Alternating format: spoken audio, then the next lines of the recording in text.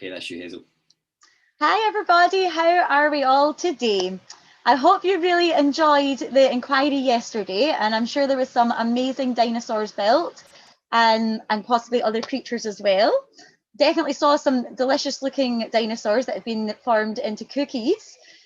So yesterday we looked at building the dinosaurs. Now today Claire has left us a little video all about building nests for the dinosaurs to go into.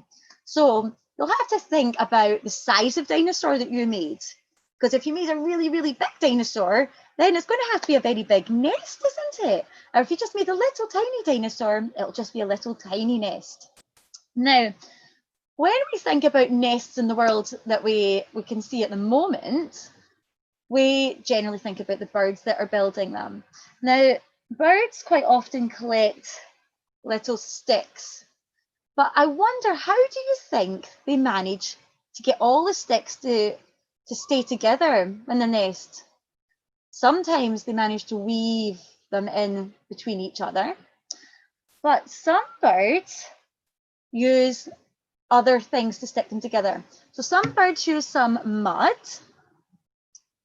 Some birds actually use spider webs.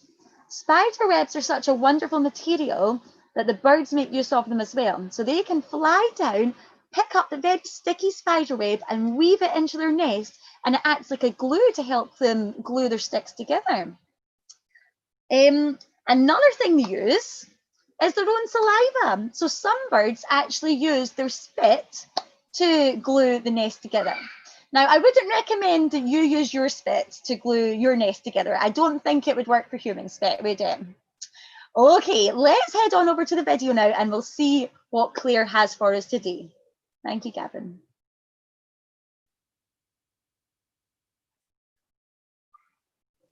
Welcome to Bones and Big Teeth.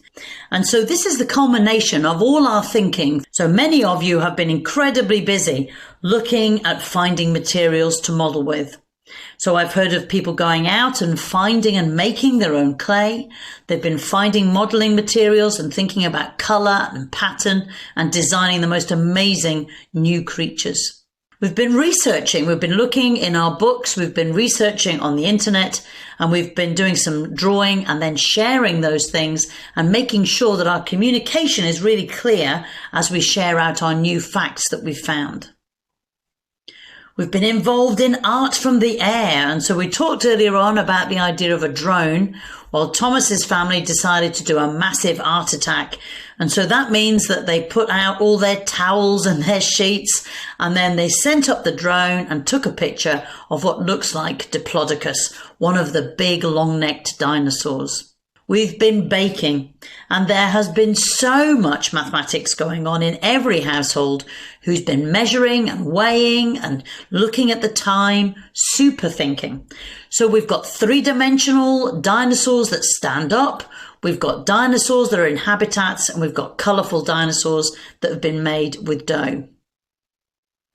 One of my favourites was somebody who is here at the nature school called Gracie, who has made a Lovesaurus, and she's put together her dough to her own design, and then as you can see, she's decorated it with all the beautiful colours that she thinks it would have been covered in.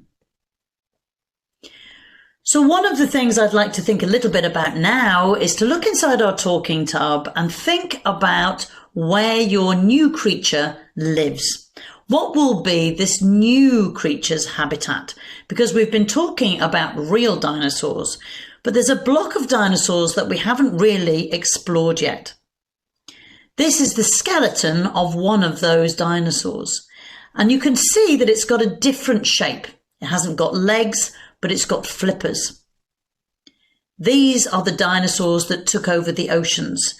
And so we can see from this that they had long necks and large fins. And there are stories about the Loch Ness monster that you might want to look at that are linked to these large sea-type animals. We've found fossils of fish, and if you look at those really sharp teeth at the end, I think the fish had to really defend themselves against some of the other predators that were in the oceans at that time. There's something called ammonites, and a lot of people have been sharing with me that they have fossils of ammonites, bits of these that they found in rocks as we've been exploring the idea of fossils. We don't have ammonites anymore, but we do have a nautilus, and this is what it looks like in modern day.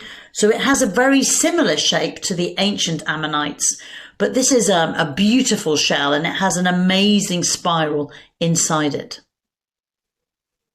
The thing that we haven't really talked a lot about is the idea of how the dinosaurs laid eggs. How did they have young? Well, we found lots of fossilized eggs, and sometimes when you're out looking, you come across a beautiful rounded stone that you can almost imagine that it's a dinosaur egg. So this is a little model of what they think a little dinosaur would have looked like. And like most little young things, it looks quite adorable. There are lots of big animals out there that still look very much like dinosaurs. One of them is the Komodo dragon, and there's been a lot of fascination within the group here about the idea of these giant lizards. They still roam the earth, and they are huge. They make huge nests full of grass, full of leaves, and full of dirt. When they walk around, they could almost be a living dinosaur, but they come from a different type of animal called a lizard. One that is actually more closely related and has changed very little over time is the crocodile, the alligator. These types of animals are virtually the same as they were at the time of the dinosaurs. They've got slightly smaller, but they still work in the same way because they are incredibly effective predators. So one of the things that we could be moving towards is having a go at things that we haven't had time to look at, but also be thinking now about the nest of your newly created dinosaur. What will it be like? So we've made big nests as a group of children and wondered if we could all get inside a nest. We've thought about the size of dinosaurs, and now we're going to be thinking about whether or not we could build a nest that could actually fit that dinosaur in it.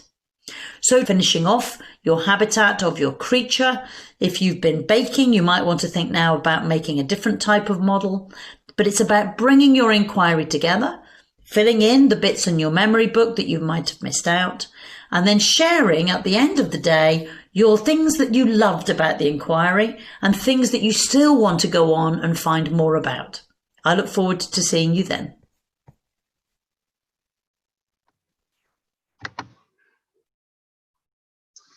Fantastic. So nest building today, or possibly creating a creature if you haven't yet had a chance to do that.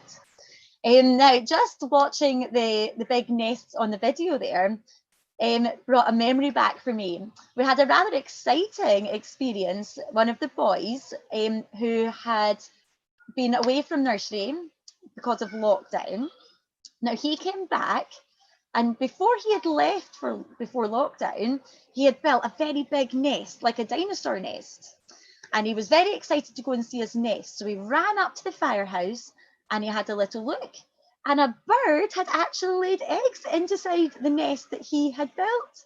It was so exciting. And it was just really a testament to his wonderful nest building skills, we thought. So I wonder what you will all come up with today. If you would like to share your ideas and all your little projects you've been doing, you can go on to The Nature School for Twitter, or at The Nature School for Twitter. You can go on to the Facebook groups, use your own regional Facebook page for the people watching from Scotland, and all the international viewers can use the international page as well for Facebook. So cannot wait to see what you come up with, and I hope you enjoy your activities this morning. We'll see you later.